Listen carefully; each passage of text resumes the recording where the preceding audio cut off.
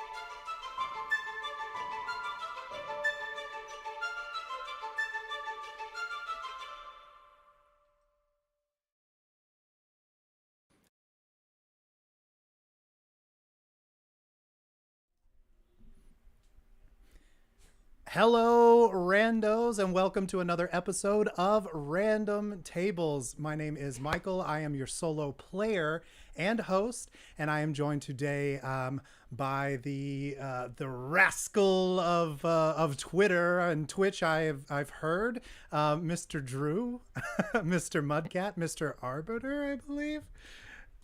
In some circles, yes, absolutely. Please tell everybody about yourself and where they can find you and all that jazz.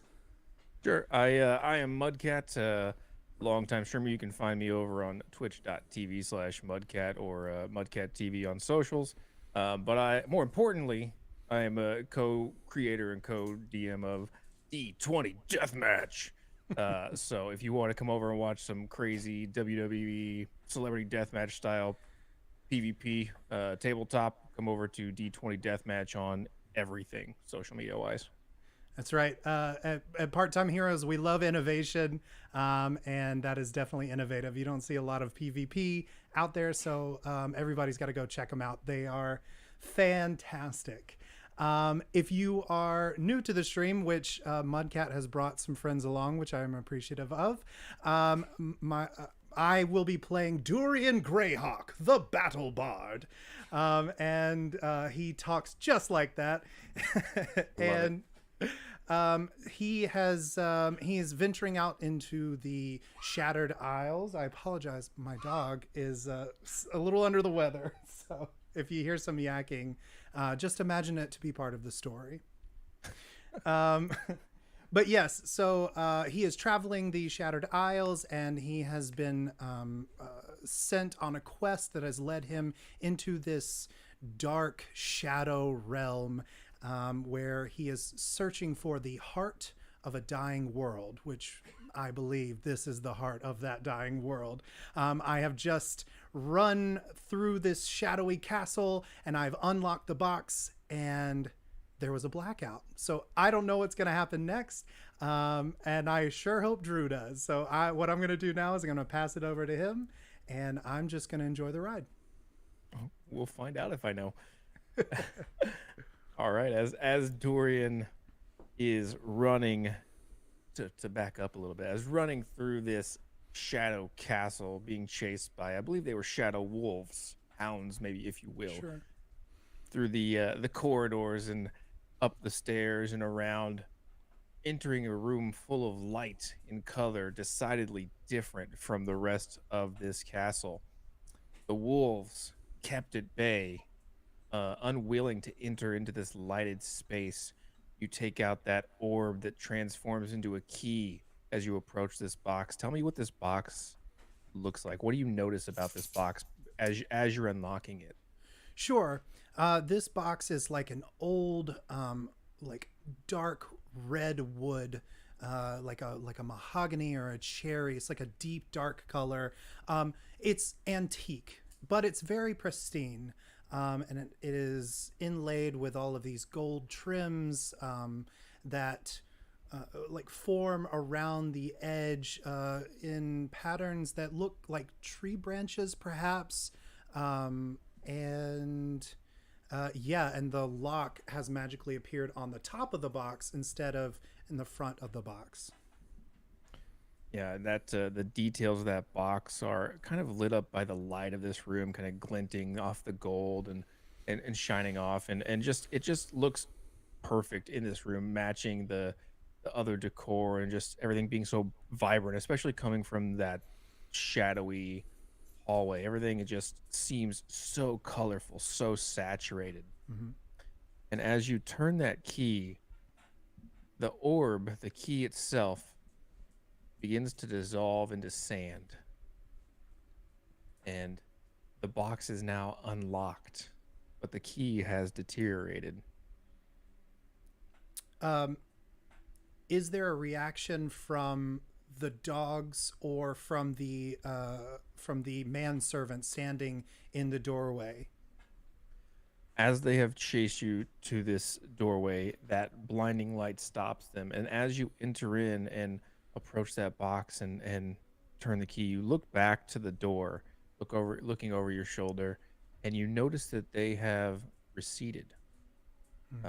The servant, the dogs, nowhere to be seen now, faded back into the shadows, not only unwilling to come to this room, but unwilling to even look upon the light at this point. So, Rascally Rick, my rat friend who sent me on this quest, um, he specifically asked for the box. That's all he's asked for. Yet, as a bard, seeking secrets or seeking truths in a world of secrets, I am totally drawn to finding out what the heart of a dying world looks like. And against my better judgment, I think I'm going to lift the box slowly, or lift the lid of the box slowly. Perfect. Uh, as you do lift that box, the lid, it comes up with ease. It's a very well made box, but as you stare deep into its abyss, it's like looking into the creation of the universe. It's the most beautiful sight you've ever beheld in your entire life. There's nebulas and stars, black holes, stars forming, living and dying and exploding. And the longer you look, the more entranced you become, the more you lose your sense of self as you begin to float, almost feeling weightless in this astral plane as you look upon the stars and the celestial bodies. What wonders, what truths can be found within this tiny box? And again, being drawn and pulled in, I am slowly going to reach my hand out into the box itself, into this swirling abyss. Okay, yeah, as you reach in to touch it, that feeling, that overwhelming feeling of this, it's almost bliss as you reach into it, just washes over your body, just this euphoria and that knowledge you're seeking, that information, those secrets. You can feel all of them. You can sense everything as if you are existing at this point outside of time, outside of reality, experiencing everything that has ever been, everything that will ever be in a single moment, looking on as a third party perspective, but also experiencing it in the first person as well, all simultaneously as you float here through this astral space, and your thoughts just drift off to your most desired areas of study of interest. Hmm. I see where you're going here. um, I My mind is connected to everything. Um, my senses can are just like overwhelmed, and the first thing that comes to my mind is the orb in the citadel known as the Infinite City. It's this big glowing orange orb that sits atop the Shatterwalkers Guild, which I am now a part of, which allows me travel through the through the shattered realms at will, very easily finding these doorways. But there's something about it, the questions behind it, why it's there, why the infinite city exists and everything points to it, and why everything points in my mind to this giant orb of some magical existence. As you ponder this question about the infinite city and the orb, you hear it's almost a whisper in your mind, and your mind flashes to the key that you would use to open the box was once an orb. And this orb in the infinite city, you just hear your own voice even whispering to you, echoing through this infinity, that it's the key, it's the key, it's the key, It's the key. It's the key. It's the key. And if I'm able to, I would like to come back to my senses, or like pull myself with my sheer willpower back into my own body once again. make me a d20 roll. Hey, There it is. there it is.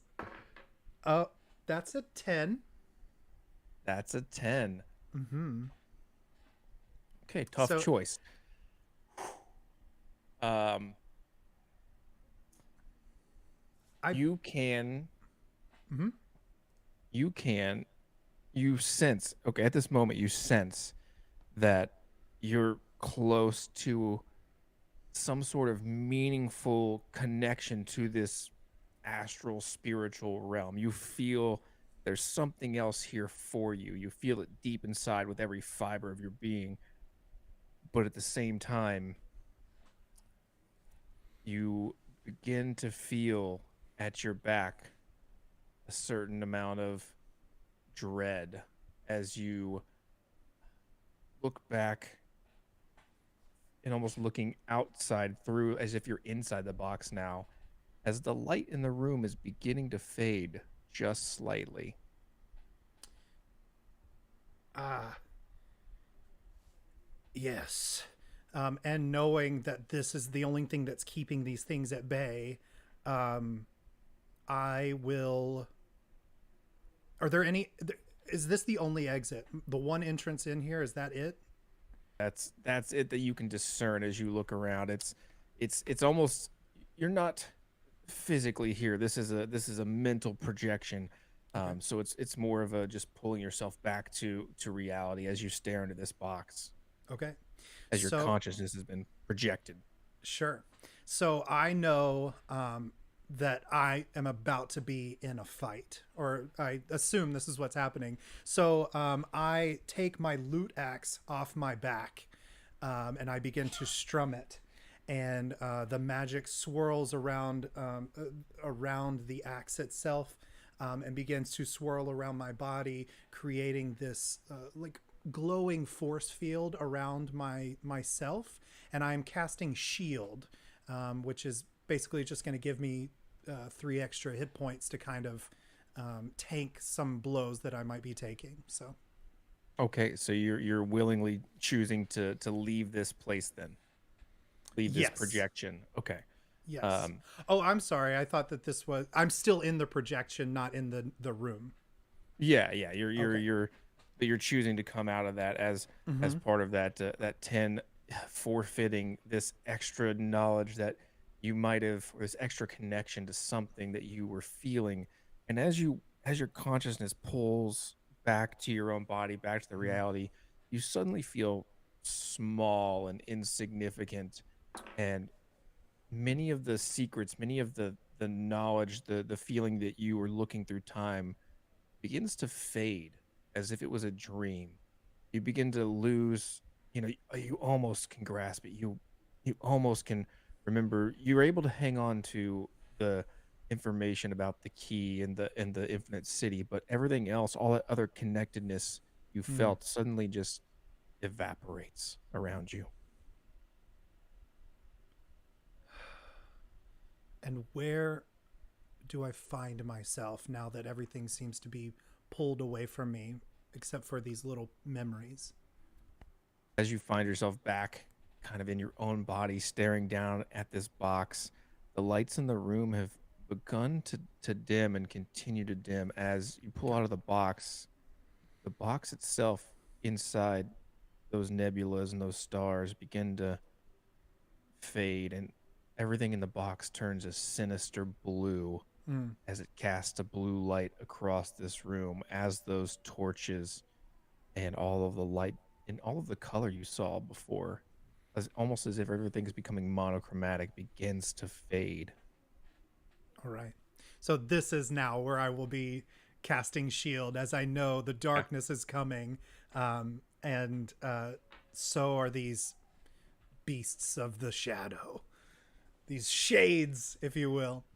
And I'm ready. I'm ready to take them on in order to get this box back to the Infinite City. That I don't know how, because I don't know the exit door here, but we will find one. No one does. We'll figure it out. Yeah. Yeah. So I've got this like sheen, this like blue sheen over my body, and my axe in hand. As the lights are fading, I look to the door, ready for shadow wolves or a shadow servant. Yeah, absolutely. You look to that door, and the shadow servant and the wolves have returned, but they haven't entered the room yet.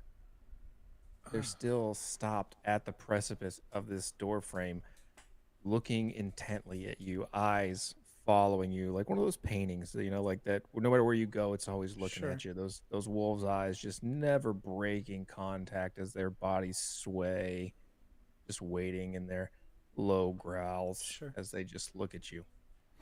I slowly and cautiously, axe in hand, box in the other, walk toward the threshold of this door. And I want to gauge. I'm going to see if I can sense their kind of air about me. Is this a stare of, as soon as he breaks this threshold, we're going to kill him? Or is this the stare of, he controls the box? Roll me a d20. Hey, Yeah. as a 15. Okay, 15 is success. You get the distinct sense that they are not your friends. That Okay. you don't hold any control over them. They are waiting for something. They're waiting for something that you can't see, that you don't know of yet. Okay. Do you do anything in this moment?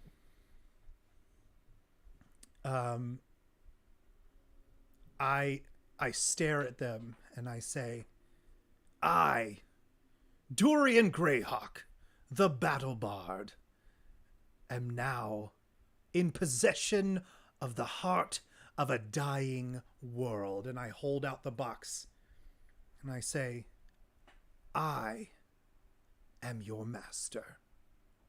I am the master of this house, and you will step aside. As you say this, May or may not work. As you say this, the manservant, the wolves, sink into the floor as shadows and disappear. Oh, cool. And it's at this moment, from behind you, in what you thought was an empty room, you hear the distinct slow clap of an individual who steps his way out of the shadow. Individual. Well, do you turn to look at him? Absolutely. I do the heroic like look over the shoulder, and I'm like, ah, things are about to get messy. And I turn and I present myself full on towards this person. Well, well, well. I didn't think you were gonna make it. But it seems you had more in you than I thought.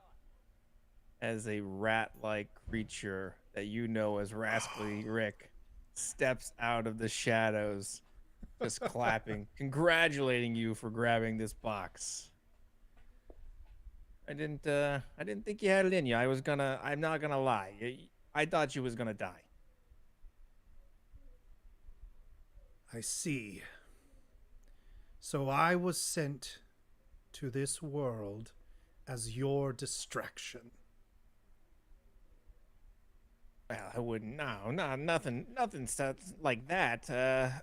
You see, well, we just, it's. You were the right man for the job. The box is important. So now that our deal's done, maybe you just hand it over and we can all go on our way.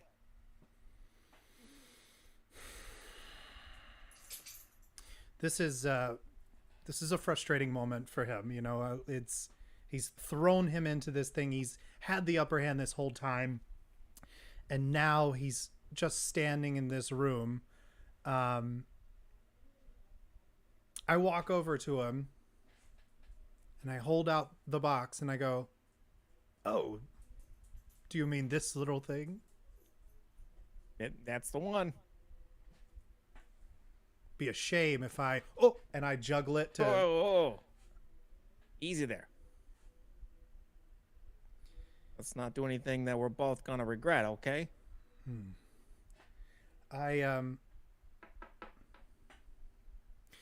Rick, tell me something.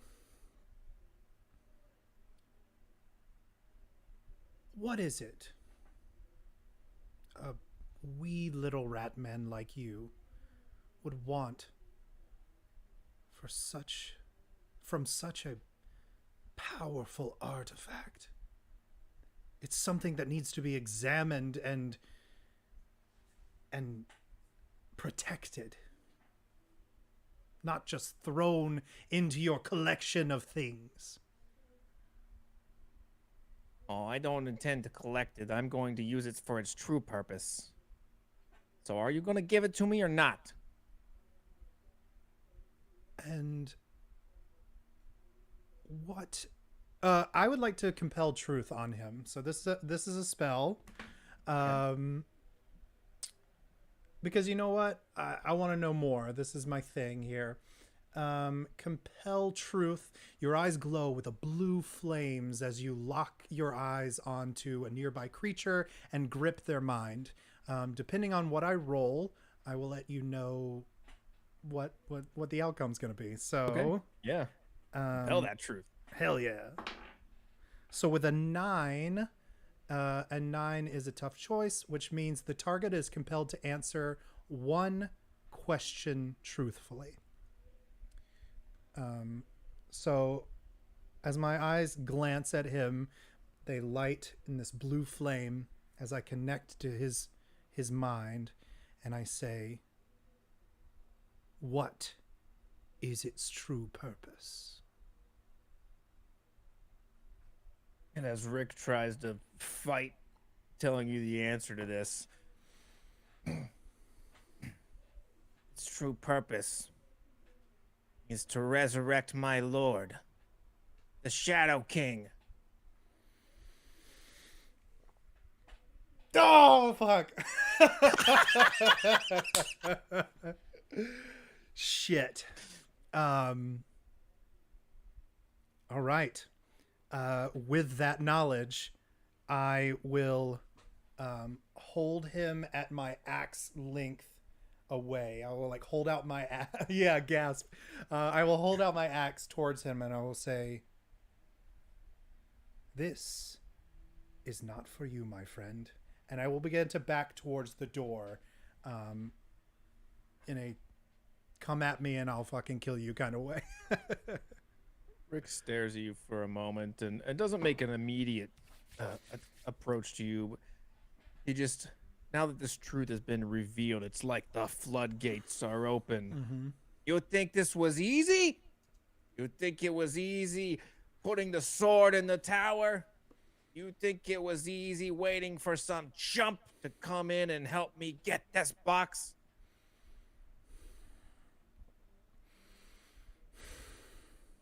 I think.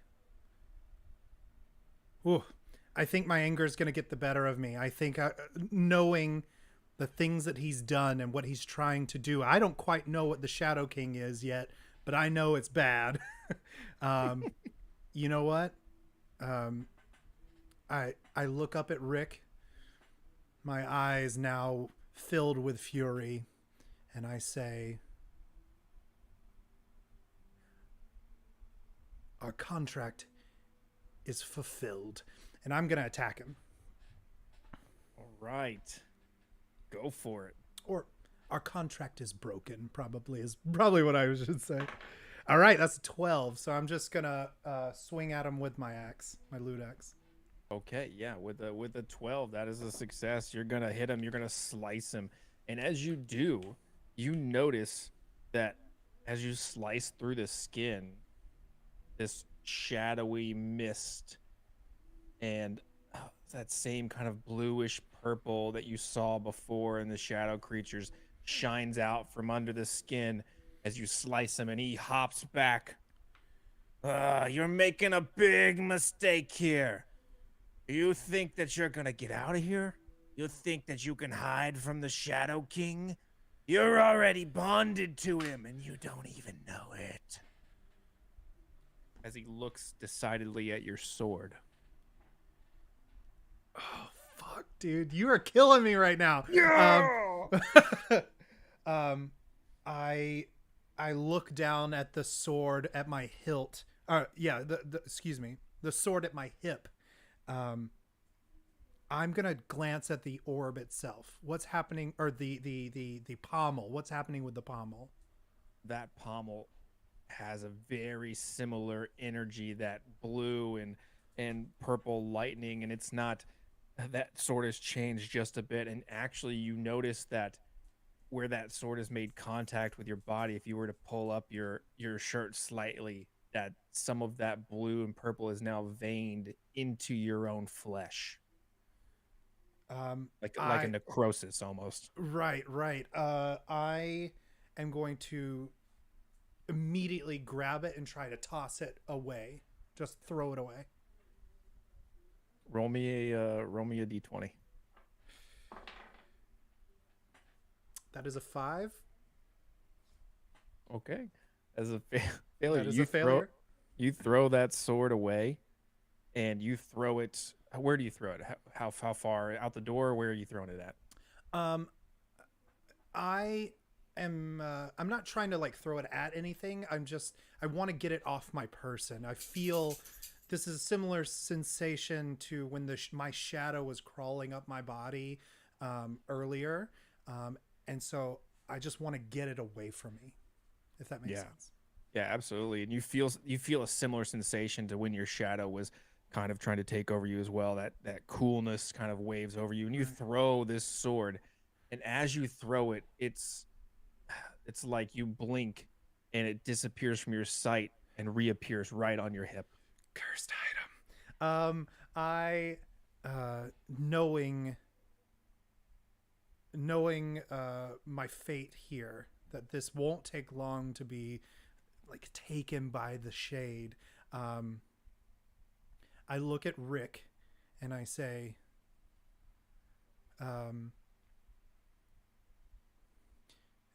this isn't over, Rick. We have business, you and I. And I'm going to run out the door. I feel like I got to get out of the Shadow Castle. Yeah, you run out the door, and as you do, if you were to glance over your shoulder, you would see that Rick's skin starts to melt off as if it's a liquid. And out of that body steps a shadow creature, tall legs on all fours, although this time still kind of in the semblance of a rat, with a long snout with sharp teeth and yellow eyes. He fills the room. He's huge as he kind of just like steps out of the back of his skin like a tarantula molting, and it just and he just starts running after you down that hallway. Oh yeah. This door that I originally came from is like the cellar underneath the kitchen, essentially. Yeah. So I know that I have to get through there and get up a ladder into the kitchen. It's like my first point of get the hell out of here. Okay. Yeah. You run through there. How are you running through? Are you just barreling through doors, throwing them open? What's it look like as you're kind of moving through this space? Yes, so I am the folks, the creatures that were blocking my path had turned to shadow. Yeah, So they're gone. I'm not worried about that. So I'm going to run straight through this room, and hop up on the ladder and burst through. Yeah, no sneaking through. This is a monstrous creature that's after me at the moment. Yeah, absolutely. And you've got that box in tow, and you flip open the door, and you would expect to be chased by the rest of these shadow creatures, but there's no other creatures involved. You just see Rick behind you, and as you make your way through this castle, sprinting at full speed, he's popping up out of that cellar as well to the ceiling now, and just like sticking his shadowy feet into the ceiling, just um, clawing at the ceiling, sticking those pointed legs into the stone, this of this structure, and he's actually going to dive at you. Okay. But he's not diving at you. He's not trying to attack you. He's trying to get the box. So he's going to try to get that box with a 15. He's Okay. able he's able to get a shadow claw transforming into a hand Mm, onto that box with you. So now you both have a grip on this box. okay. Um, I want to. Uh, okay. He's a lot bigger than me. He's holding onto the box. I have two hands on it in order to I'm kind of like, I've got it like tight into my body, and he's just got one solid hand on it. So I think I want to MMA style, like flip my legs up onto his arm, like trying to get like an armbar situation in order to kind of rip it out of his hand. Uh, that's what I'm going to do at this moment. Okay, yeah, roll to see how that goes. A natural one, Oh a no. catastrophe. Oh no. Oh, Oh no. oh no. Rick lifts you up as you're on hanging on his leg, lifting you up into the above the ground, and still holding on to that box as well, is going to slam you down into the ground. I believe that'll deal a point of damage as he Okay. because of that catastrophe. You're just gonna take that damage as he's gonna smash you into the ground. And now he has the box Uh, for himself in his I hand. I do have my shield. I did cast that shield very quickly. You did. Um, Hmm. You know what? it No shatters damage. the shield. Shh. The shield takes I a hit, just Okay. the 1 point of damage to the shield. Okay. He's But gonna I've lost slam it. you down, but you're losing the box. Gotcha. He's got the box in his hand, and now that he's got the box, he actually shrinks back down into a shadowy Rick form now, in his shape. Not bringing the skin back just yet, but getting the box in hand, not really feeling threatened to try to attack you anymore. This Uh, is uh this is perfect. Yeah, go ahead. no, no. I can't. I can't lose this box. Um, is he trying to run away, or he's just like standing Oh victoriously? no, he's absolutely he's standing here with this box in his hands.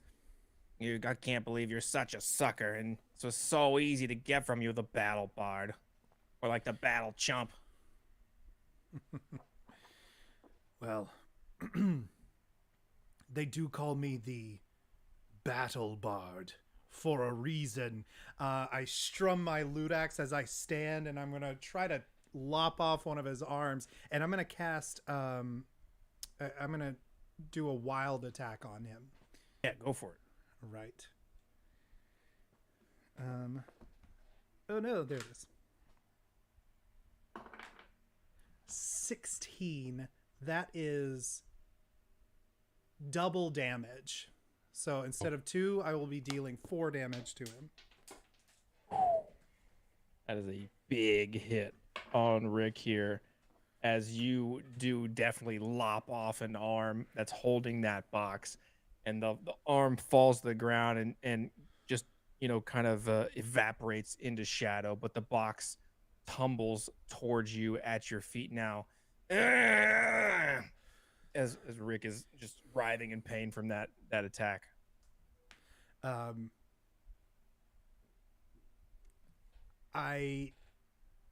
gonna scoop up the box, and I think he's in pain. He's injured. I'm just going to like cop kick him and head the other direction. I'm not trying to deal any damage. I just want to get away. Again, I feel like I'm cursed. I want to get out of here as quickly as possible. Okay. You kick him. But as you turn around, as you kick him, he fades into the shadow. And you turn around. He's right in front of you. You're not going anywhere. You're going to give me that box, just like you gave me the vessel. The vessel? That's right.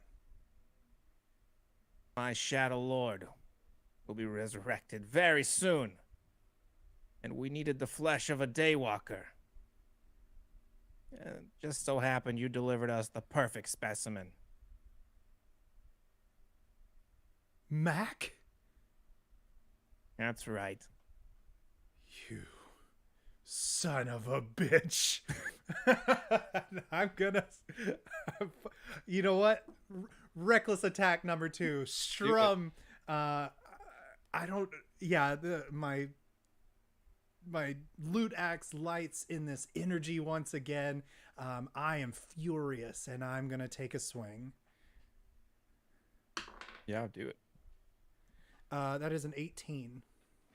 18. All right, how much damage is that? Is that just 2 or no, you're 4, right? That's double, yeah. So it's just 4 damage. I mean, not just, but it's 4 damage. 4 damage. He is looking so rough right now. Just absolutely, as you're lopping off parts of this shadow that kind of explode, but out of his chest just rips another set of arms, almost of claws that come out, and almost spider-like now. He's arms coming out everywhere as he's now jumped onto the side of the wall, and he's jumping around everywhere trying to avoid your attacks. And he's actually going to dive at that box again with a tough choice. Ooh, man. Yeah. As he's coming in, are you readying an attack? Oh, wait, tough choice? He's got a tough choice to make. I have counterattack. So what counterattack does, if an enemy rolls a tough choice or worse on a basic attack, I can parry their attack and take no damage. If they roll a failure or worse, you may immediately roll an attack against them. So since this is a tough choice, he will not be able to do damage to me. But Okay. he wasn't trying to necessarily. He's was going for the that box. Okay, so then I don't know, no counterattack then. Well, I think it applies. Okay. I think it's narratively fun. As he dives further, you're able to parry. What's it look like as you kind of dodge this advance? Yeah. As he is lunging towards me, I wrap my axe around like my shoulder blade behind me as his claw kind of like scrapes down the chords of my my lute, and you hear this like screeching guitar sound that you know what I'm saying? That, like Yeah. And I roll out of the other way. Perfect. And as he gets back up, kind of diving past you, skittering on the floor, all these legs now, and he's got his legs like a spider, but now his shadow body kind of inverts the torso part, inverts itself and flips, so he's now upside down with these shadow legs looking at you, all like they're broken backwards the wrong way. This isn't over. That's gonna be my box. Um, Not if I have anything to say about it. One more strike, one more reckless wild attack. Here we go. Bam! Once more. Oh god. Okay, 15. So again, four more damage. 4 more damage with that final strum on your axe, and Rick's body just evaporates into just these particles of not quite light. They're more dust, shadowy in nature, and they have that haze of that blue and purple energy as it. But somewhere, as the shadow explodes, you hear, "This isn't over yet," just kind of echoing through this chamber. As for now, Rick seems to be nowhere.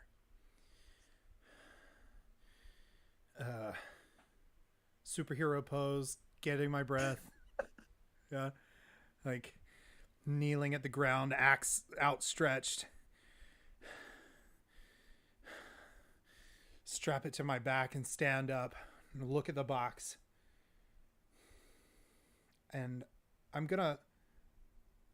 imagining that this curse, this shadow, is getting more painful. So I'm going to, lift up my shirt and see what's going on with that.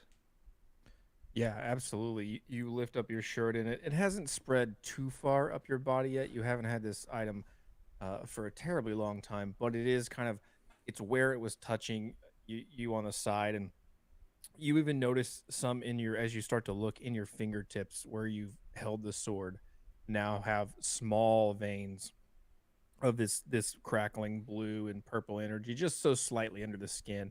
Hmm. But on the hip, it's become a little bit more prominent, a very like varicose vein, like as it kind of travels up onto your stomach and down onto your hip just a bit. Hmm. And it's got that energy, and like you said, it's painful as you touch it, um, and before, as you threw the sword, it came right back, and you're realizing that this item is going to be a little harder to get rid of than you first anticipated. Sure. What seemed like a good thing is now a real bad thing. Oh shit. Okay. I something is still drawing me, like the One Ring almost. It's a powerful artifact, and I feel like it has answers. I left it too soon in order to protect it and keep it as my own. And now, looking back at the box, I'm thinking to myself, perhaps it knows the cure. Perhaps I can save this dying world. Perhaps the key. Something about the key. The key. And I don't know if I'm going to walk. These are my Okay. thoughts. I'm going to walk for now, but this is in the back of my mind, drawing me. Open the box. It can cure you. It can stop this world from dying. The key has something to do with bringing the realms back together. Like, this is where my head is at. And I think it's because I've looked in the box. Absolutely. And that even though you can't remember all of the specifics, you definitely remember that feeling of knowing everything. It's like a magic mushroom trip. You are Sure. connected to everything. It's a part of you, and you're a part of it. You can remember that feeling, but you couldn't quite hang on Hmm. to the particulars. So, but as you're leaving the shadow castle, you find yourself again in those woods where those twisted, shadowy trees, dead things, all kind of sway in the wind, eerily silent as you crunch on dead leaves and putrid ground. I examined them once before. These trees seem to grow from these bodies, for lack of a better word. And now they're swaying in the wind, and I have this eerie feeling that they are watching me. And I don't know if this is the shadow talking, or the box, or if it's real. So as I approach one of these trees, I'd like to place my hand on the trunk and see if I can get a sense of its intention. Roll a d20. Nope, nat one. Oh, changing dice. Natural one. Yeah, Mhm. definitely. Okay, yeah. You don't get a sense of the intention of this tree. It's a separate entity. You can't reach inside of it or discern anything about it, but you do feel something as you put your hand to this tree. Boom, boom, boom, boom, boom, boom, boom, boom. What feels to you like a heartbeat. That's impossible. This is...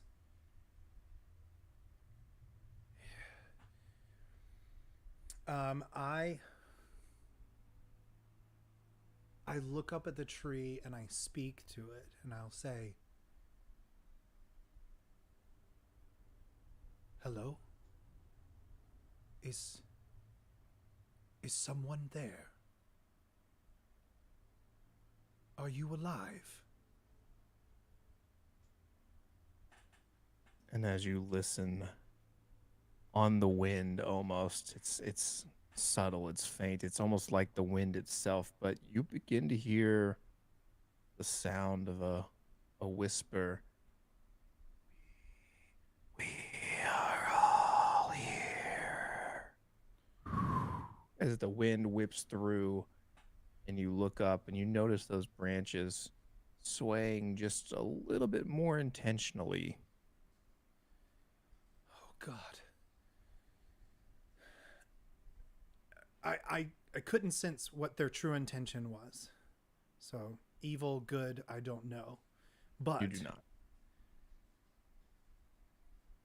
I can't stand the fact that someone could be stuck here, tortured and like living but lifeless in a lifeless shell. Um, I I think it's I think the pull is too strong now. I have to open the box again. I have to know the answer. This is a box of answers. This is a box of answers. Yeah, so You're welcome, future DMs. I don't know. So I kneel down and I say, "Hold on." I on both knees I place the box gently down on the ground, and once again I slowly lift the lid.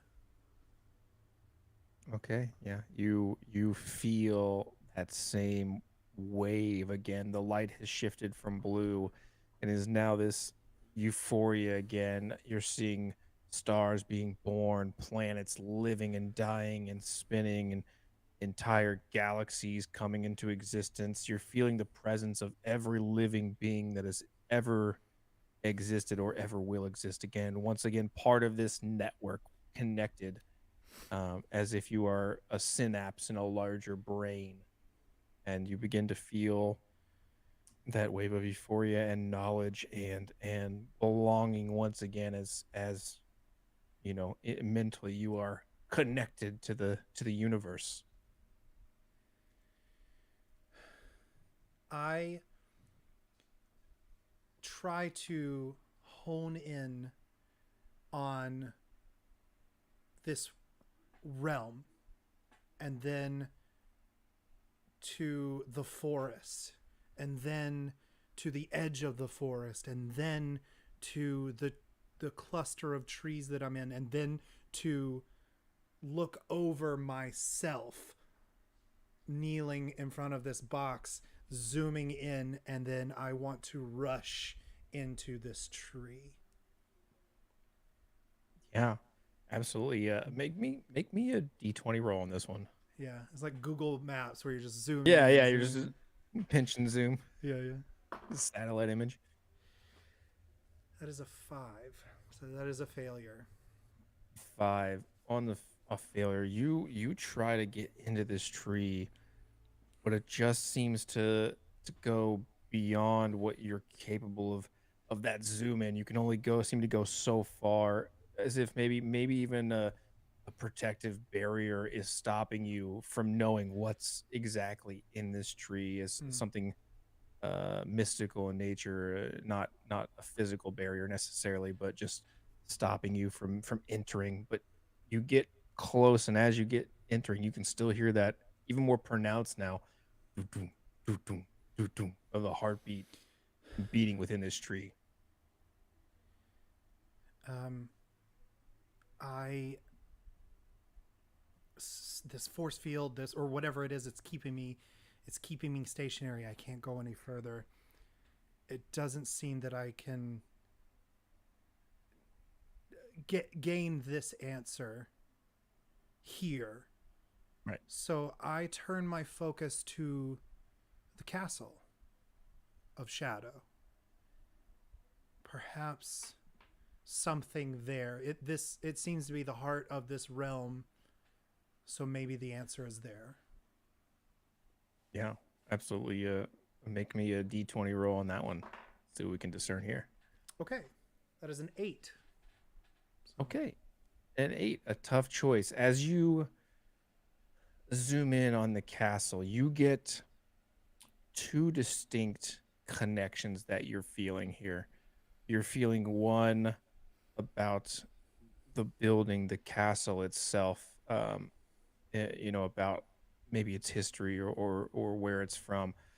But you're also picking up another distinct signature that you feel, even though you sliced him to bits into oblivion, somewhere the consciousness of Rascally Rick is existing within this castle as well, the shadows melding together. Mm-hmm.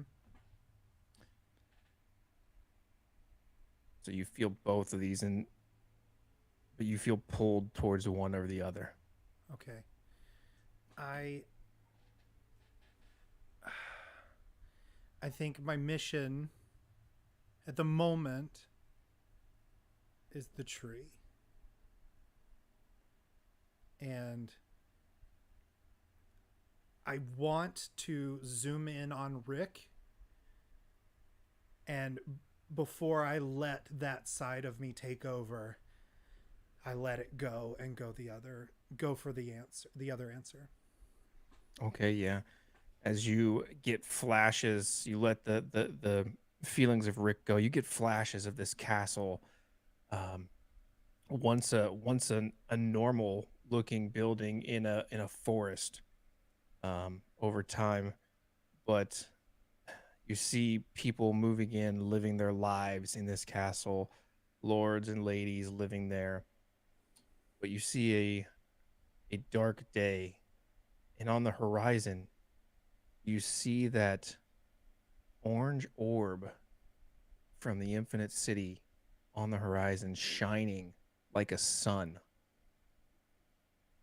And in that moment, it begins to crack just a little, and the light fades. And as the light shining on it no longer reaches this area, the time moves forward as the castle begins to crumble and become decrepit. A new owner moving in, a large figure in a flowing cloak, shadowed and veiled from your vision what he truly looks like. But you get the feeling that this is the Shadow King himself at some point, taking control of this land. And as he approaches and takes control of the castle. You look around and you see the land around you, dead bodies everywhere, almost planted like seeds as the trees begin to grow around you.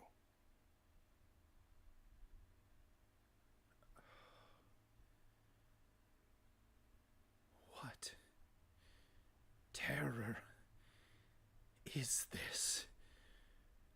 And almost in tears, watching these, tortured souls be these plants, these trees, this, left here for dead for as long as they or I could even imagine.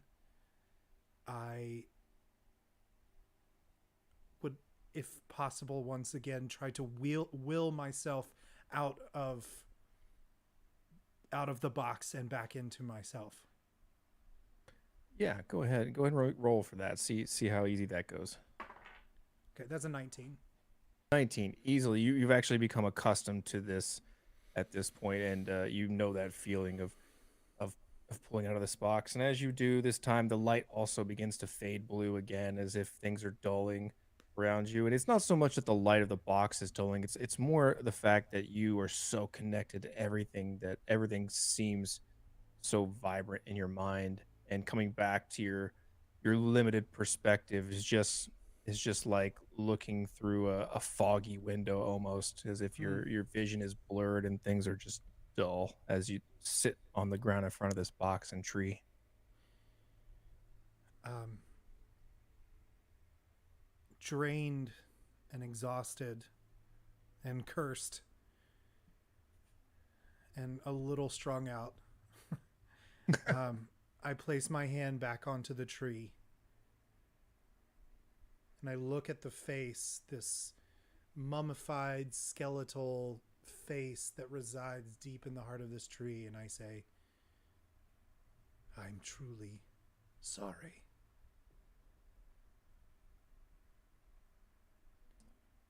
You don't hear a response from the tree, but on the wind again, you hear almost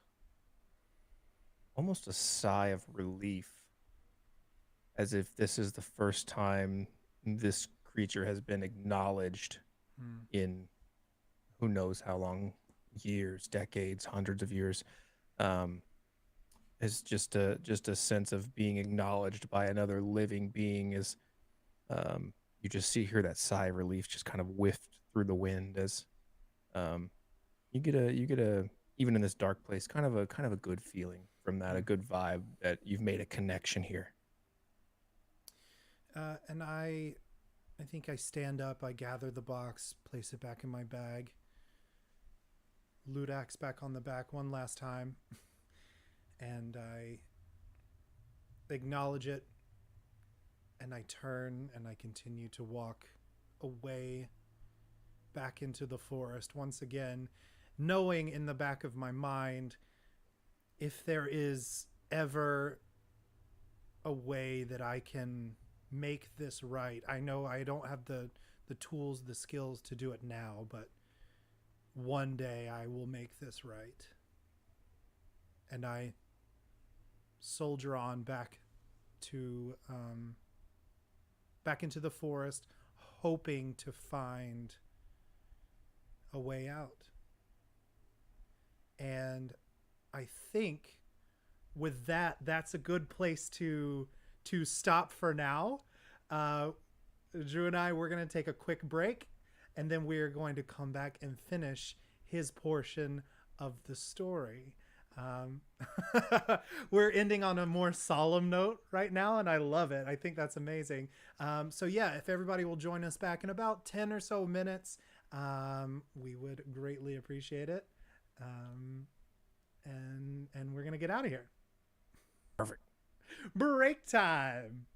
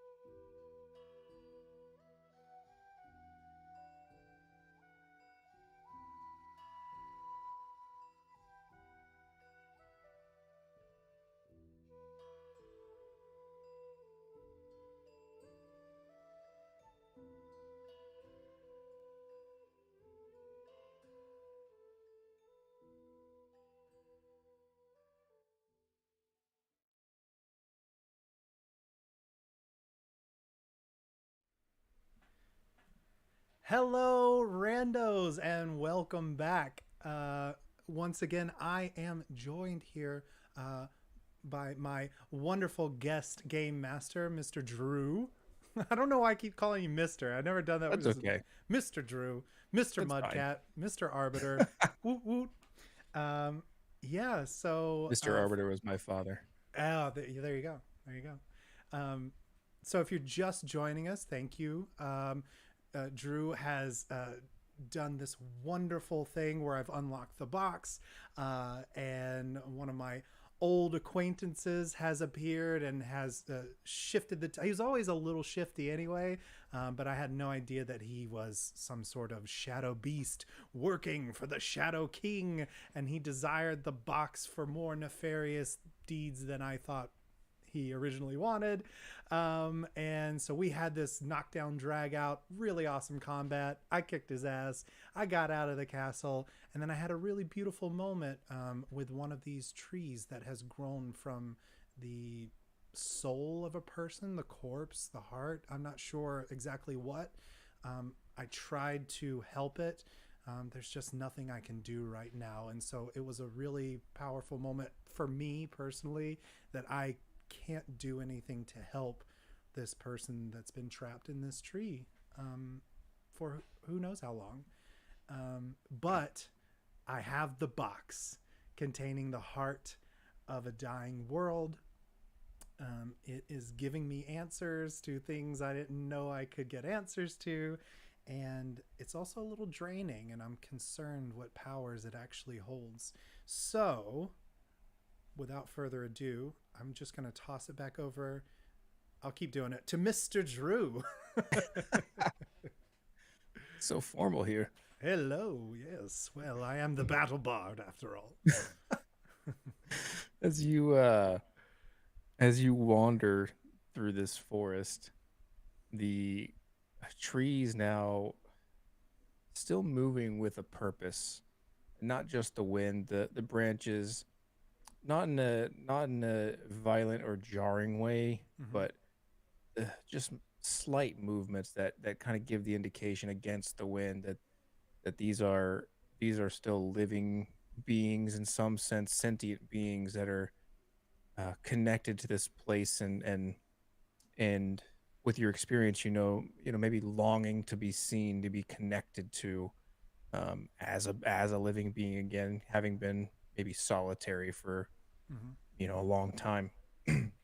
So as you walk through this forest, you notice that the trees almost bend to you as you walk through a pathway or off down a trail. You notice that the branches kind of bend in towards you as you walk, and almost just an acknowledgement of you, reaching out for that connection in some way as you wander. But you get the sense of not just the shadowy darkness in this place, but just the pure sadness that exists in this forest as a layer of fog begins to roll in on the ground, and things get a little dimmer even in this shadowy place. Yeah. The sadness in my heart, not being able to do what I wanted, is slightly lifted, knowing that this nature is trying its best in this harsh place to make a connection. And I, in my mind, as I'm looking at these trees, I'm thinking back to the squirrel and the deer that I killed. Were these minions of this evil Shadow King, or were these just people who've changed, trying to protect me? Now there's doubt. And I want to figure out a way to help them if I can. But the only way I know how to do that now is to get back to the Infinite City, because suddenly, as I think of the Infinite City, I think the key, I think Mac as the vessel, and this dread becomes urgency, and I push forward. Yeah, absolutely. As you're feeling the weight of all this kind of you're almost forgetting it for a moment with the box and the tree and seeing the history of this shadow castle. A little overwhelming. It's a lot of information to take in and just being drained from the fight. Yeah, you get that sense of urgency and remembering, yeah, that orb is some sort of key, and it was once a source of light, at least for this place. Unsure of how that worked, but you're moving now swiftly through this forest, and the trees again still kind of bending to you, the wind whipping. Make me a d20 roll to see how you find your way here. Okay. So yeah, that is something. That is a 5, which is a failure. That is something I don't know how to get out of here. It was a one-way ticket, and I don't know where the exit point is. Yeah, with that 5, definitely a failure. You are decidedly lost at this point. Being turned around, what seemed like leaving the castle and maybe getting back to that area of green doesn't seem to be in sight. Even though you maybe feel like you've walked back in that same direction, now you even start to feel maybe I've walked in circles. Just that self doubt of where am I? Am I going the right way? Is there some other thing I should be doing? Right. I also I don't have the compass now guiding the way, and as I think of the compass, like a shock to my heart, I instantly look back at the box, and this box of knowledge, of answers, of whatever this box is, it seems to have all of the answers. And I feel compelled to look in it once again. It's becoming like a drug. Like, when in doubt, open the box. And while that's concerning, it seems like my only option at this point. So I'm once again going to pull it out of my bag, and holding it in my hand, I lift the lid one more time. Absolutely. As you feel lost in this place, that almost terror dread setting in of you really feeling like I don't know where I'm at.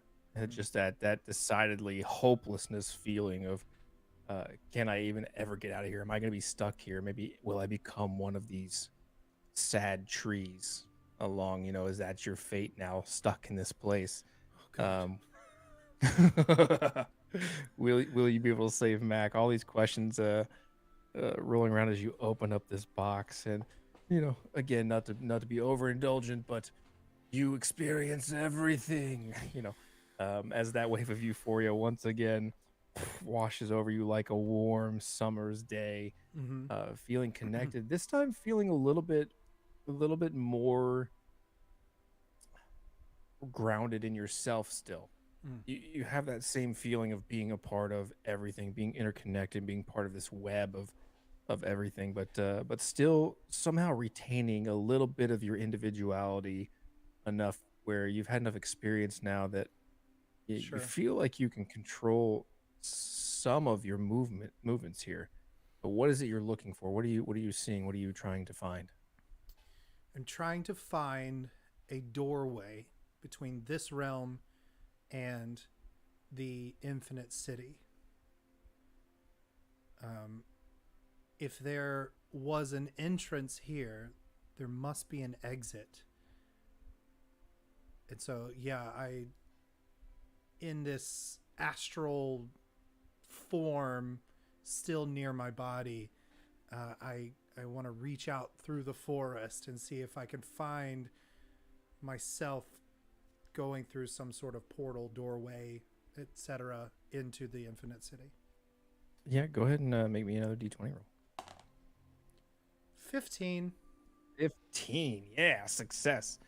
As you search through this forest, and it's almost as you're connected, you almost take on the form of like a raven or a hawk, some sort of bird, as you feel the wind beneath the wings that you don't possess physically, but you can feel it as if you're flying, floating, um, at a breakneck speed.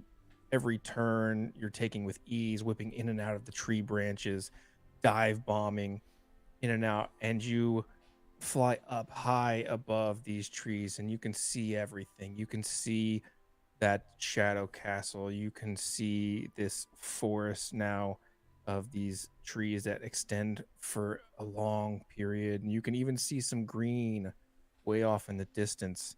And as you notice that green, it looks to be to your north, actually in the direction you're traveling, but just some ways. As you see this greenery, you fly over the trees and into the green sunshine where things become a little bit more normal and fairy tale esque as you look and flying into a near a lake and down, you notice that there is a cave at the side of a lake, and landing in this bird form on the rock outside of this cave, you get the distinct pull, the feeling that this cave is some sort of doorway. Hmm, The answer to your question is there. I understand. Um, and with that, I now have a heading, and I want to try to pull myself back out of this astral form into my body and get myself as quickly as I can to that cave. Make me a roll to see how you do pulling out of that form again. It's a 2. That is a 2. A failure as you try to pull out of this box. You feel yourself pulling back. You're out of that raven form now, floating back amongst this astral plane Mm-hmm. as you feel a hand from within the box grab you and begin to pull and tug at your arm physically. This hand is reaching out of the box. Mm. It's uh, it's almost formless. It's hard to describe. It's an ethereal hand in nature, and it is pulling you into this box. And you, to this point, you've had this sense of wonderment about this place, but now you're also starting to take in the feelings of fear, of dread, of all of the negativity and sorrow and pain in the entire cosmos Sure. as you're being pulled into this box. Um, I am filled with fear and panic that, like you said, the cosmos feels. It's an overwhelming sensation that brings me back to my youth, of a child who left abandoned on the streets of some, you know, town, given up for nothing.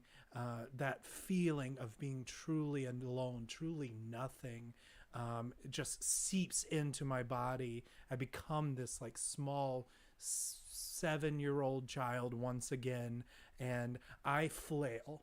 I want to get away from this hand as quickly as possible. And I'm not thinking about my axe. I'm not thinking about my sword. I'm not thinking about training or anything else. I just viciously try to pull this thing off of me. Okay, yeah, make me roll as you're fighting back against this ethereal hand, and this wave of memory hits you of your own Mm-hmm. past. It's a 7. This is 7. Okay, a tough choice.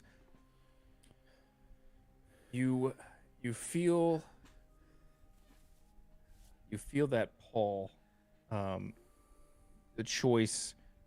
You feel like now, if you pull out of this box, that its secrets may be locked to you. You're feeling that the box itself is fighting you, and you get this distinct feeling being connected and knowing everything that it wants you now. It you've had a taste, and now it's Mm. climbing up your back. and it wants you to stay. And so you feel that severing this connection will sever, at least in part, maybe some connection you have with this box, some ground you've gained in using it, or you can choose to let go and dive in. Damn. Good, tough choice. Thank you. Um, I'm getting the feel for these now. yeah, tough choices are hard. Good, tough choice. I I think my fear has gotten the better of me. And though as a bard, it is knowledge and secrets that I seek, I think I have to, I'm like better safe than sorry or whatever the case may be. I want to tear myself away from this thing and hopefully regain my composure. Okay, yeah. As you make that choice, choosing to give up all of this knowledge that you've been seeking as a bard, as a scholar, this infinite learning, the most anyone could ever know resides within this box. It's a doorway to everywhere, to everything, in a sense. As you pull yourself violently out of it, and the box, an angry red color now, the lid slamming shut on it, and you see uh, the top where that key hole was disappear, fading into the box as it becomes just solid on top. The box not disappearing, but the keyhole for Sure. the time being inaccessible to you as the box has now sealed itself shut. Um, Pulling a 180, I after I've pulled myself away, I see it lock shut, and I feel it severed in my soul. I feel this knowledge is no longer mine, and I scramble and I roll, I crawl over to it. I try to open the top of the box, and I say, "No, no, I'm sorry. I panicked."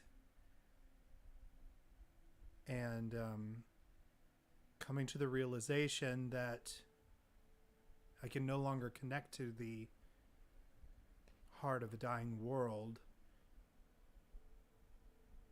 I do have the knowledge that I need for now. And I pick it up, I place it in my bag, and I know that I'll no longer be able to rely on this for the time being. Perhaps one day I'll figure out how to unlock it once again, but for now,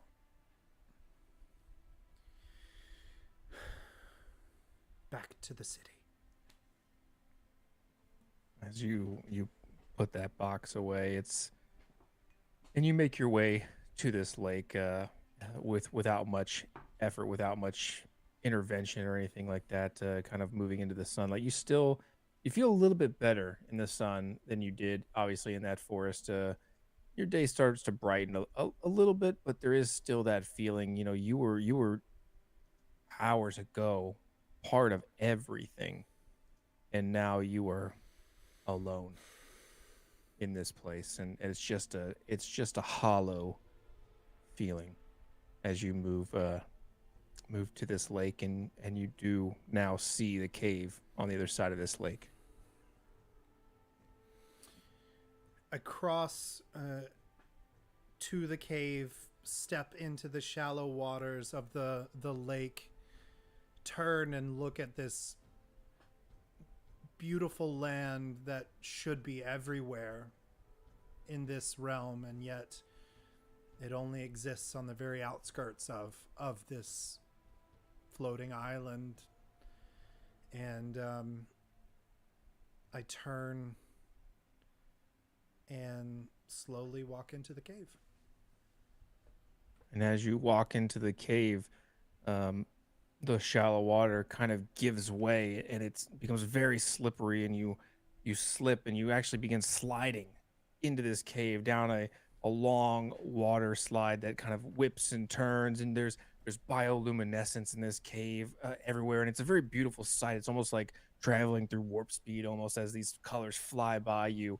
And at the end, a very bright light as these colors are flying, and you're feeling the wind in your face of this cold water spray as you stumble out, rolling head over heel through the street cities of the Infinite City.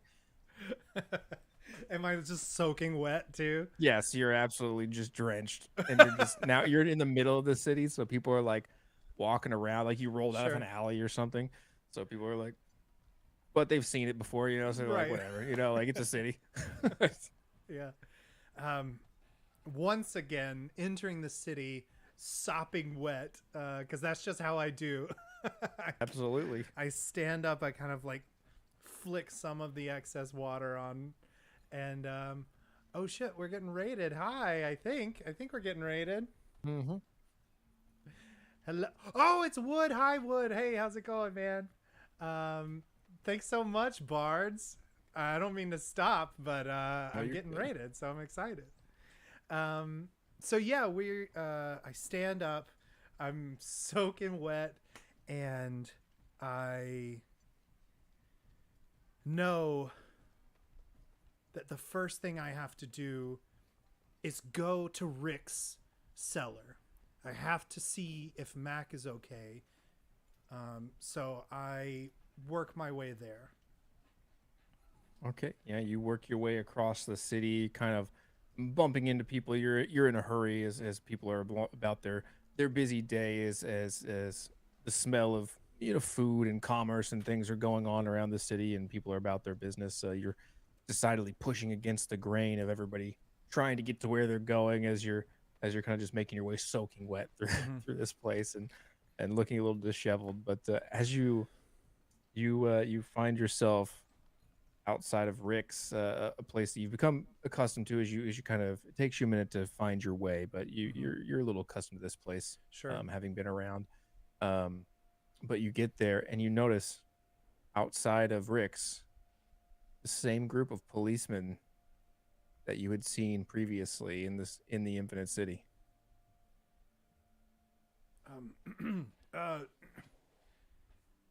Well, first of all, before I say anything, are they around Rick's, like the entrance to Rick's home? Yes, they are. They are. They've got the crime tape up and everything. They're investigating this area of Rick's home. Yes. Seeing the familiar face of this constable, I and knowing that Mac was in the cellar of Rick's lair, we'll call it, I make my way through the crowd once again. Oh, excuse me, a hero coming through, excuse me. And I, constable. As he kind of shifts his gaze over you and almost rolls his eyes a bit. You again, huh? Yes, it's I, Durian Greyhawk, the battle bard. We've met. I remember. Yes, Yeah, yes. What are you doing here? Yes. Well. And I lean in close, and I was like, "Well, you see, I am familiar with this establishment, and I know the nefarious creature that once resided here, but he had a captive here. Are you aware of this?" I am not, and I want you to think very carefully before you answer me. How is it that you seem to show up at every crime scene and you know so much? Yes. Well, you see, as a hero, as a bard, as a battle bard, it is my duty to be where the problems lie. Roll a d20. Thank you. That was a bluff if it ever was one. Oh my god, a nat 1. Oh no. That is a catastrophe if I've ever seen one. Oh shit. I don't. He's looking around, kind of looks at you, looks back at Rix. I don't like this, boys, as he screams to the other police to come. No, you don't understand. You see, I fell into a Lock hole. him up. My friend Mac is down there. Please, no, please don't.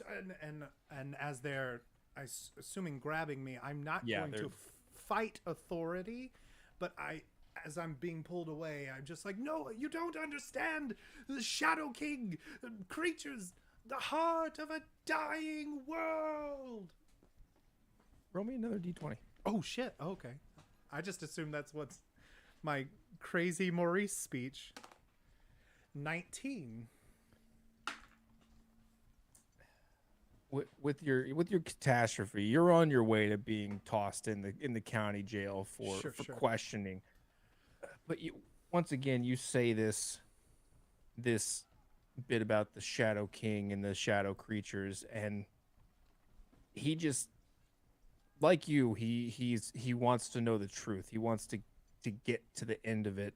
Mm-hmm. And despite that feeling that he should just lock you up and throw away the key, he's inclined to motion to bring you back, if only for a moment, just to hear the end of your spiel. So I can see the connection. Even though he's not going to stop what's happening, I can see that something like flips in his brain. Is that what you're saying? Yeah. He's okay. His first instinct is to haul you off, but now, like, after you start shouting and remembering what you had said before about the shadow creatures and the nature, and given the nature of this scene that you haven't seen yet, he's just overwhelmed with this curiosity, this need to know, to get to the bottom of things. That's his driving force here, is just, he'd rather just lock you up and interrogate you at the station, but sure. You're making a lot of sense for a brief second. Mm-hmm. You're making some sense, or at least giving him some information he's curious about. So he's gonna motion them to bring you, still held and restrained, but he's gonna bring you back to. Okay. I'm not saying that I'm letting you go, but what were you saying just a minute ago? Well, you see, officer, I wasn't truly forthcoming with you the last time we spoke. You see, I did fall into a hole. I did see these shadow creatures, but I was held, momentarily captive by what I now know to be a very nefarious, we'll say, demon. His name is Rascally Rick, you see, and he claims himself to be the servant of an entity known as the Shadow King. And, well, he sent me on a quest. I illegally traveled through a portal, and I was able to obtain something he called the heart of a dying world. And upon my return, I faced Rick once again, and this is what he told me. And I need, if I can't go, I need you to check Rick's cellar, because he holds a friend of mine there, and I just need to know that he's okay. I know it's a crazy story. I know it's unbelievable, but just if you have a heart, please just check the cellar. And if someone is down there, they will let you know that I'm telling you the truth. He looks at you and he can sense your sincerity, your concern for this friend. It's hard to fake, and he's been around the block once or twice with criminals and the like. Um, so he's picking up at least the fact that you believe some of what you're saying. Sure. But you really see his eyes light up when you mention Rick as he starting to put things together. So you've met Rick, huh? Yes, you're familiar. No, we're all familiar with that scumbag. In and out of the jail more times than I can count. Always into something. You know what I mean? You know that he was robbing people in the over there in the pit? Well, it's a lake now. Yes, that's where we first met. He tried to rob us. Classic Rick. Boys, let him go. Put the posters back up for Rick. You know, the ones we've already got them printed. As they let you go, and he's gonna just look at you and he's gonna put a hand on your shoulder. And I don't really know what it is you're into or what you're talking about. Sure, we've had some shadow activity and some things here and there, but I don't know about all that. But what I do know is there's no one in that cellar. Only scorch marks. You remember the type as he kind of brings your recollection back to the other crime scene.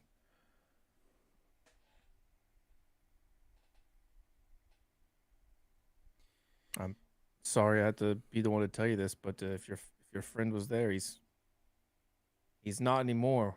Locals heard a scream early this morning. We came to investigate.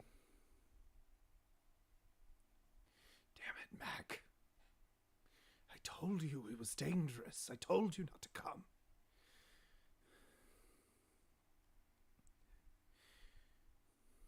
Thank you, Constable. I appreciate your candor. I appreciate you listening to my wild tale. If you see Rick, I would advise you not to engage him, for he is far more than he appears.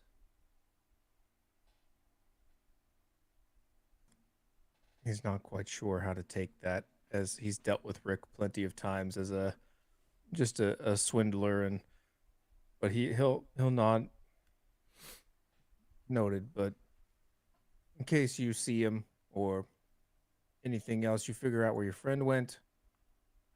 You give me you get in contact with me, and he's going to give you kind of a card of sorts that Sure. that gets you with his location where the station is, where he is normally placed. You come see me. You tell me if you figure anything out, but leave the police work to the professionals, okay?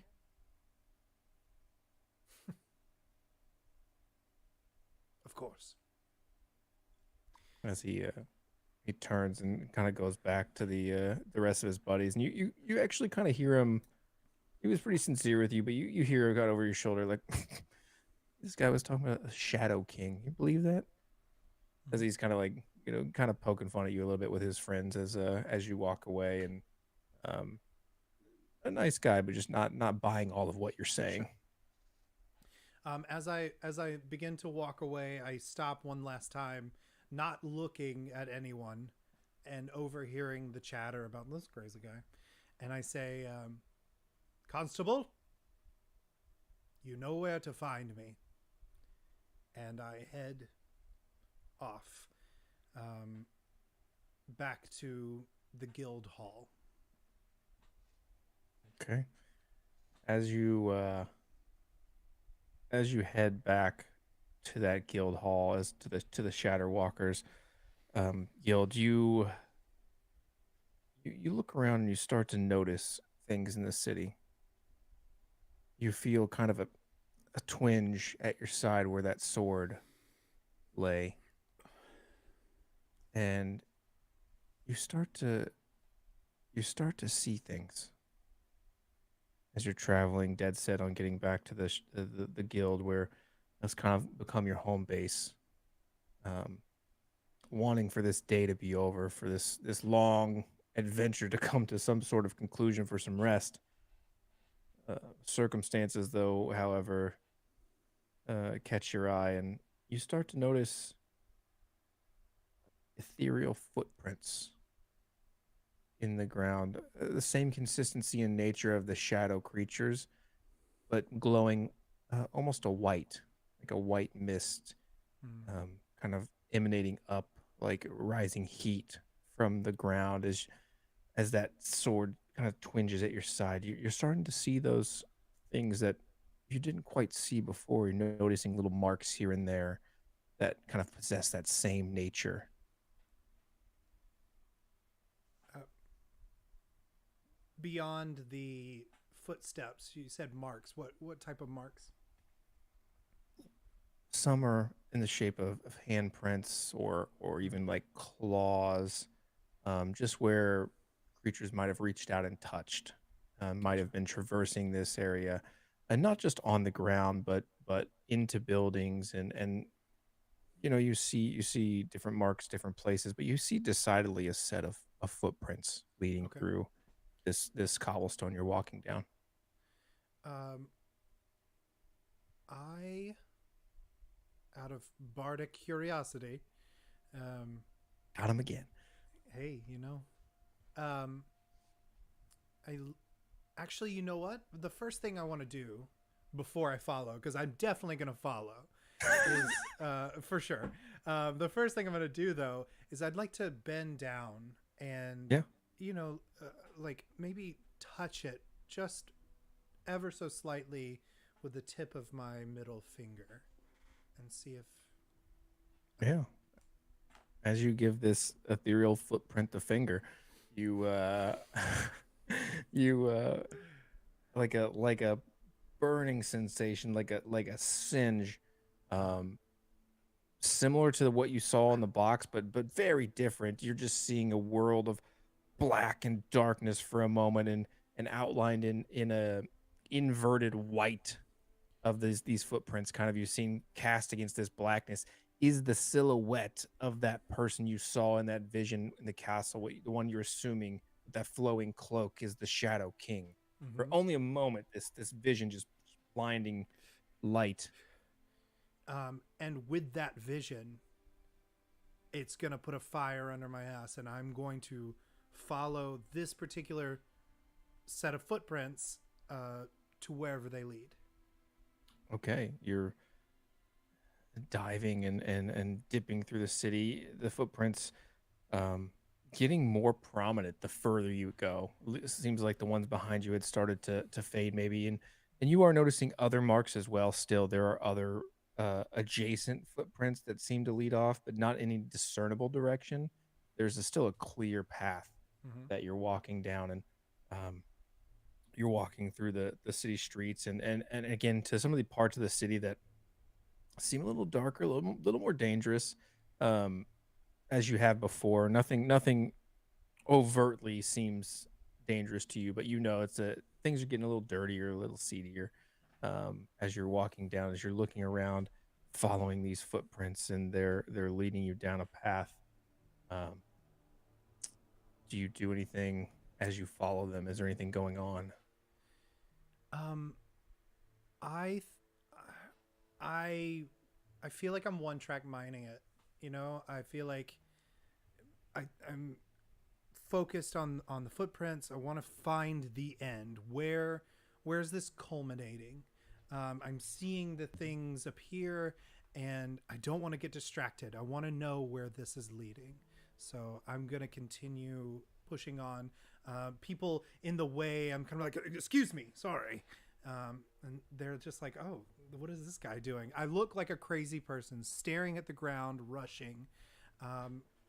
Watch him, pal. Sorry, hero business. Hero my ass. And I'm gonna keep like going, following these tracks. Yeah, and they're emblazoned on the ground at this point. They're very bright. It's you couldn't even miss them if you tried. Sure. As you dip and dive through these people, you take a sharp turn down an alleyway, and as you running still full speed down this alley as you're trying to follow these footprints in a hurry, you come to the end of the alley. It's a dead end stone wall, and those footprints stop at the wall.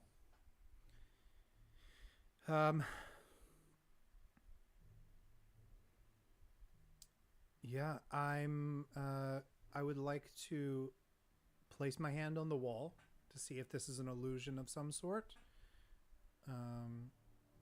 That's the first thing I'll do. So I see that they stop at the wall, so I'm going to place my hand on the wall itself. You place your hand on that wall, and it's a solid stone. It's seems, but the footprints, it's like someone had strided straight into that wall. But when you push it, it's solid. All right.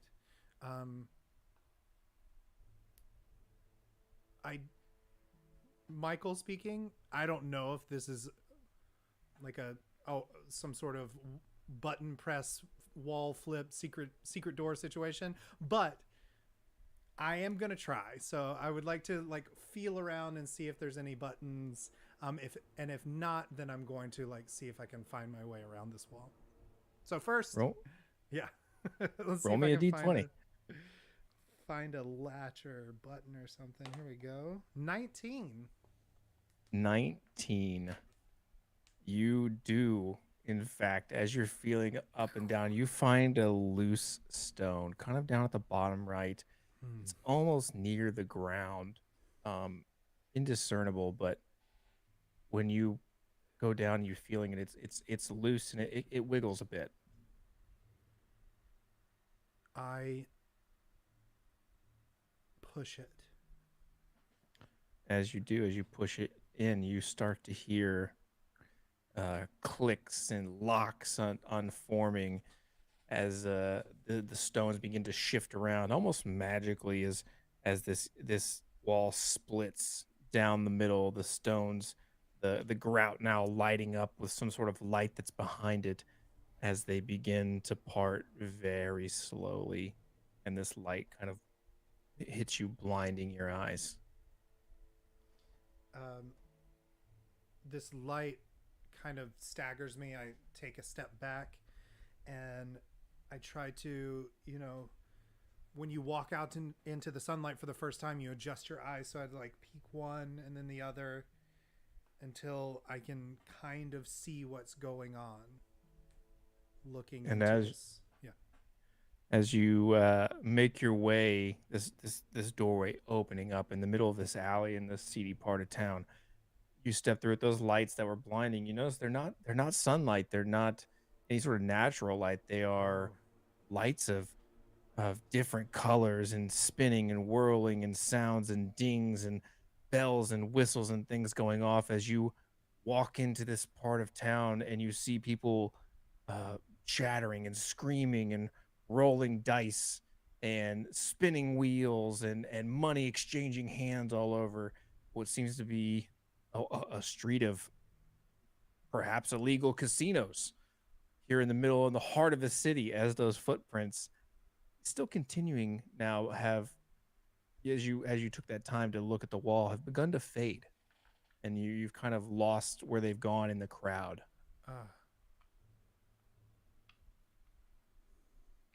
I am going to step in and slowly kind of take in this street casino situation, and just kind of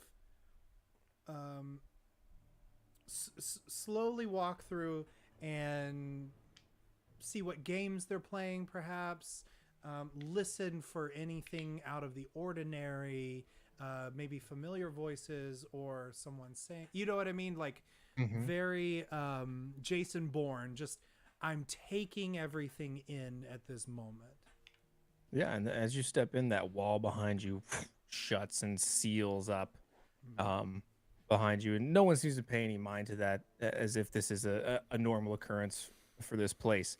As you're walking in, though, walking through, there's every kind of game you can imagine. There's card games, dice games, um, betting on. You see in the corner, there's actually a bare knuckle fight going on down on one end as two ruffians are throwing fisticuffs, pugilist style in this ring as people are throwing cash around and coin and um as actually as you get to that point, there's a large portly gentleman in suspenders and kind of a dirty shirt and pants and smoking a cigar. You look like a fighter. I'm sorry, are you talking to me? Yeah, you with the muscles and stuff. You ever think about fighting in the ring? I'm sorry, friend. I am. I'm on a mission right now, and I just. Though it is tempting, I don't know if I can pull myself away at this moment. Well, what kind of mission you on? Maybe we can help each other out a little bit. I'm down a fighter for the night. Down a fighter for a night. Oh, let's see. Well, I could use some information. How about this? I fight for you, and we just talk, have an honest discussion with each other. No secrets. I mean, there's no secrets between business partners, if you know what I mean. Indeed. And I shake his hand. As you shake his hand, he has a pull that cigar off and really just not even understanding that you're in front of him, just blows this smoke kind of right in your face. Sure. It's like blows it right in there, and I don't know, is that a good place to end with the handshake? Sure, yeah, that's great. Awesome, yeah. So I'm about to get into some brawls in order to get some information along this secret casino. I don't know. It's a cool alley that has a lot of gambling and nefarious goings ons. That's fantastic. I Oh yeah. had so much fun tonight, my friend. Thank you so Oh, much for joining me. thank you for having me. This was it's a little intimidating coming into an existing story and stuff, Sure. but it was super fun to be here and like just to like you're great. You're super great and roll with everything, so it's awesome. Hey, thanks, man. I appreciate it. Yeah, we'll close everything out right now. My name is Michael. I am the solo player and host of Random Tables, and I have been joined tonight by the wonderful Mr. Drew. We're gonna keep it going. Drew, can you give us your whole spiel one last time? You know, what do you do? Where can people find you? All that jazz. Yeah, you can find me personally over on twitch.tv/mudcat or at mudcat TV on social media. But most importantly, you can find me at D20 Deathmatch on all social medias. We are a D&D PvP focused show where we bring our fighters into 1v1 fight in a battle ring full of chaos, kind of WWE style, much like Michael is going to get into in the next episode. Hell yeah. I'm excited. I can't wait. I can't wait to see where the next DM is going to, first of all, put in front of me in this fighting arena, but also take us with the Heart of a Dying Star, with Rick doing who knows what. And that key, the orb is the key. We all know it. We just don't know what it's the key to. So thanks so much, everybody, for joining us. Thank you once again to Drew. And yeah, I will see everyone next time on another random table.